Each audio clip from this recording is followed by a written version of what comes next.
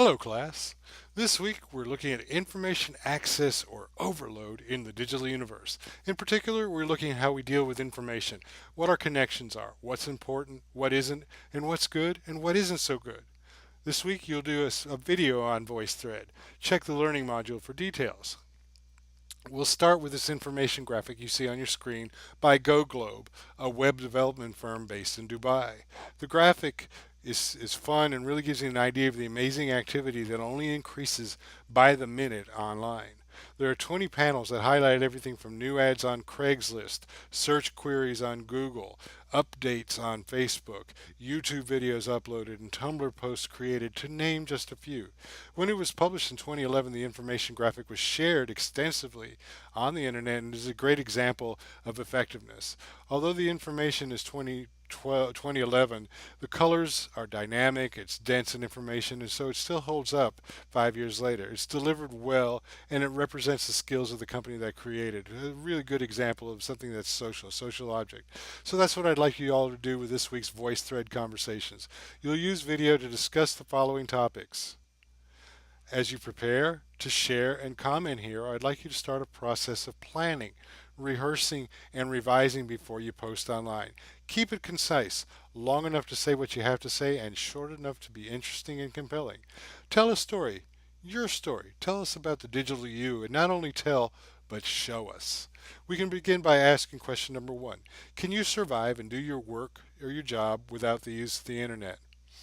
In my case, that would be no, not at all. Connecting to the internet is as air to me. My challenge is to try to do as much as I can on a mobile device. I believe that's the direction we're heading, and I like to be ahead of the game. Right now, I can't do everything I need to do for this course on my phone.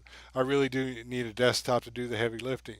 Actually, two desktops. I work at a PC with a Mac on my right, writing and searching on the PC, production on the Mac. Question number two. Does social media matter in our lives? Is it important to our future? It's been very important in my life. There was a time when that was a question for me. Now it's not a question. I first taught Twitter in 2007. I got a lot of what's the point and why do I want to share? Now I think social media has become established enough and has been around enough that there are plenty of people with huge followings or years of work that qualify as experts. Most of us are connected on social or are aware of those channels. I won't tell you to get on Twitter or Instagram or Pinterest or YouTube or Periscope, but you better know how to function in those environments if you want to work in the media. And if you're all about social, then I encourage you to take a break. Go for a day without your mobile. Heck, I doubt if you can leave your house without patting your pocket or searching your purse to make sure it's with you. It's my case. I always want to make sure my phone's with you.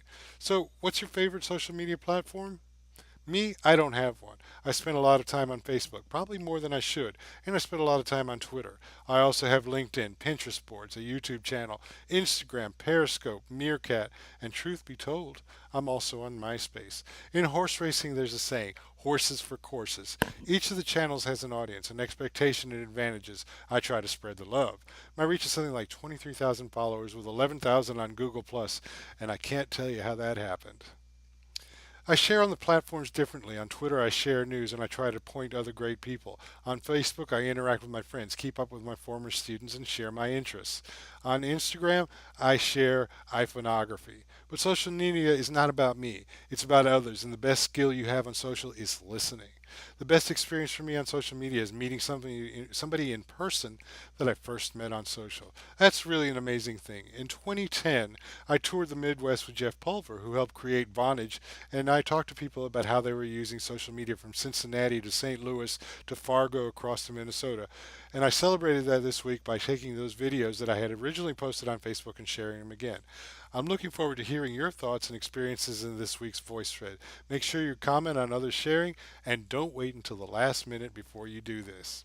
Thanks. Have a good week. We'll talk to you on email, or we'll have a Google Hangout. Whatever it is you need, I am here for you. Good luck in the week and look forward to seeing your stuff. This is Krochmal for ICM 501, Lesson Module 2.